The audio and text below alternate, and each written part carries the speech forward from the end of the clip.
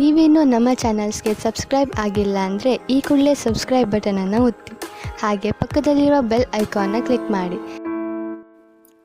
ಈ ಹೊಸ ವರ್ಷದಲ್ಲಿ ನಿಮ್ಮ ರಾಶಿಯ ಭವಿಷ್ಯ ಹೇಗಿದೆ ಎಂದು ಒಂದೇ ಮಾತಿನಲ್ಲಿ ಹೇಳುವುದಾದರೆ, ಈ ಹೊಸ ವರ್ಷದಲ್ಲಿ ನಿಮ್ಮ ಪಾಲಿನ ಭಾಗ್ಯೋದಯವಾಗುತ್ತದೆ. ಹೌದು ಸ್ನೇಹಿತರೆ, ಮತ್ತೆ ಗತ ವೈಭವಕ್ಕೆ ಮರಳುವ ವರ್ಷ.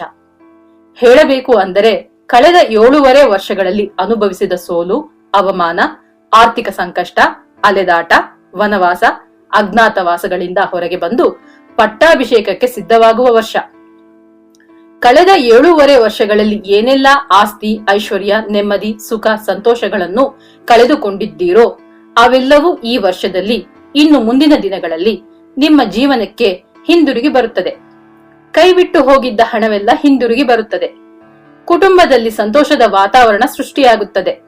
ನಾನಾ ಕಾರಣಗಳಿಂದ ಬೇರಾಗಿದ್ದ ಗಂಡ ಹೆಂಡತಿಯರು ಒಂದಾಗುತ್ತಾರೆ. ಇಷ್ಟು ದಿನಗಳ ಕಾಲ ನೀವೆಂದರೆ ಮುಖ ತಿರುಗಿಸಿಕೊಂಡು ಹೋಗುತ್ತಿದ್ದ ಸಂಬಂಧಿಕರು ತಾವಾಗಿಯೇ ಹುಡುಕಿಕೊಂಡು ಬಂದು ಮಾತನಾಡಿಸುತ್ತಾರೆ, ಸಹಾಯ ಹಸ್ತ ಚಾಚುತ್ತಾರೆ. ಹಿಂದೆ ತಿರಸ್ಕರಿಸಿ ಹೋದವರೆಲ್ಲರೂ ಹಿಂದಿರುಗಿ ಬಂದು ಸ್ನೇಹ ಹಸ್ತ ಚಾಚುತ್ತಾರೆ. ಆರೋಗ್ಯದಲ್ಲಿ ಆಮೂಲಾಗ್ರ ಸುಧಾರಣೆಯಾಗುತ್ತದೆ. ಸಾಡೆ ಸಾತಿಯ ಕಾರಣಕ್ಕೆ ವಿಪರೀತ ದಣಿದಿದ್ದ ನೀವು ಮುಂದಿನ ದಿನಗಳಲ್ಲಿ ಉತ್ಸುಕರಾಗಿ ಲವಲವಿಕೆಯಿಂದ ಕಾರ್ಯಪ್ರವೃತ್ತರಾಗುತ್ತೀರಿ. ಖ್ಯಾತ ವ್ಯಕ್ತಿಗಳ ಸ್ನೇಹ ಲಭ್ಯವಾಗುತ್ತದೆ. ನಿರುದ್ಯೋಗಿಗಳಿಗೆ ಒಳ್ಳೆಯ ಕೆಲಸ ಸಿಗುತ್ತದೆ. ವಿವಾಹಾಸಕ್ತರಿಗೆ ಕಂಕಣ ಭಾಗ್ಯ ಕೂಡಿ ಬರುತ್ತದೆ. ಕೆಲಸದಲ್ಲಿ ಪ್ರಮೋಷನ್ ಸಿಗುತ್ತದೆ. ವಿದೇಶ ಪ್ರಯಾಣ ಯೋಗವಿದೆ. ಆ ವಿದೇಶ ಪ್ರಯಾಣ ಲಾಭದಾಯಕವಾಗಿರುತ್ತದೆ. ಮಕ್ಕಳ ಮದುವೆಯನ್ನು ಸೂಕ್ತ ಸಂಬಂಧದಲ್ಲಿ ಅದ್ಧೂರಿಯಾಗಿ ಮಾಡುತ್ತೀರಿ. ಸರ್ಕಾರಿ ಕೆಲಸಗಳು ಸುಲಭವಾಗಿ ಸಾಧ್ಯವಾಗುತ್ತದೆ. ಪ್ರಶಸ್ತಿ, ಸನ್ಮಾನಗಳು ಹುಡುಕಿಕೊಂಡು ಬರುತ್ತದೆ. ನಿಮ್ಮಿಂದ ಸಾಲ ತೆಗೆದುಕೊಂಡು ಸತಾಯಿಸುತ್ತಿದ್ದವರು, ನಿಮಗೆ ಮೋಸ ಮಾಡಲೆಂದೇ ಹಣವನ್ನು ತೆಗೆದುಕೊಂಡು ಹೋದವರು ತಾವಾಗಿಯೇ ಹಣವನ್ನು ಹಿಂದಿರುಗಿಸುತ್ತಾರೆ.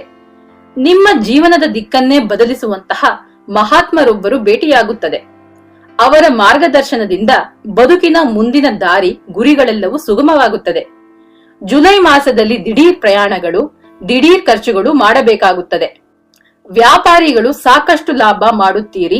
ಜೊತೆಗೆ ನಿಮ್ಮ ವ್ಯವಹಾರವನ್ನು ದೊಡ್ಡದಾಗಿ ವಿಸ್ತರಿಸುತ್ತೀರಿ. ಗೌರವಯುತ ಪದವಿಗಳಿಗೆ ಆಯ್ಕೆಯಾಗುತ್ತೀರಿ. ಮನೆ ಕಟ್ಟುತ್ತೀರಿ. ಅರ್ಧ ಕಟ್ಟಿದ ಮನೆಯನ್ನು ಪೂರ್ತಿ ಮಾಡುತ್ತೀರಿ. ಇಷ್ಟು ದಿನಗಳು ಬಾಡಿಗೆ ಮನೆಯಲ್ಲಿದ್ದವರು ಸ್ವಂತ ಮನೆಗೆ ಗೃಹ ಪ್ರವೇಶ ಮಾಡುತ್ತೀರಿ. ಸಣ್ಣ ಪುಟ್ಟ ಚಿಂತೆಗಳು ಬಂದು ಹೋಗುತ್ತವೆ. ಕಹಿ ಘಟನೆಗಳು ಘಟಿಸಿ ಮರೆಯಾಗುತ್ತವೆ. ಯಾರೊಂದಿಗೂ ವಿನಾಕಾರಣ ವಾಗ್ವಾದ ಬೇಡ. ವಾದಗಳಿಂದ ಯಾರ ಅಭಿಪ್ರಾಯವನ್ನು ಬದಲಾಯಿಸಲಾಗುವುದಿಲ್ಲ ಎಂಬ ಸತ್ಯವನ್ನು ಅರ್ಥ ಮಾಡಿಕೊಂಡು ವಾದಿಸುವವರಿಂದ ದೂರ ಉಳಿಯುವಿರಿ. ಇಲ್ಲಿ ತನಕ ಚಿಲ್ಲರೆ ವ್ಯಾಪಾರ ಮಾಡುತ್ತಿದ್ದವರು ಇನ್ನು ಮುಂದೆ ಸಗಟು ವ್ಯಾಪಾರಿಗಳಾಗುವಿರಿ. ಉದ್ಯೋಗದಲ್ಲಿ ನಿಮ್ಮ ದುಡಿಮೆಗೆ ಅಂಗೀಕಾರ, ಗೌರವಗಳು ಸಿಗುತ್ತವೆ.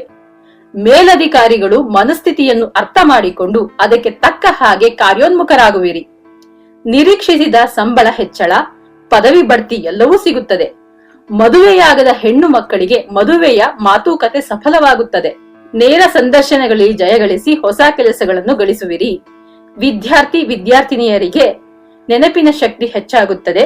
ಓದಿನಲ್ಲಿನ ಅಲಕ್ಷ್ಯ ಹೋಗಿ ಲಕ್ಷ್ಯ ಹೆಚ್ಚಾಗಿ ಹೆಚ್ಚುವರಿ ಅಂಕಗಳನ್ನು ಗಳಿಸುತ್ತಾರೆ. ಕಲಾವಿದರಿಗೆ ವೃತ್ತಿಯಲ್ಲಿದ್ದ ಪೈಪೋಟಿ ಕಡಿಮೆಯಾಗುತ್ತದೆ. ನಿಂತ ಸಿನಿಮಾಗಳು ಬಿಡುಗಡೆಯಾಗಿ ಅವು ಒಳ್ಳೆಯ ಹೆಸರನ್ನು ತಂದುಕೊಡುತ್ತವೆ.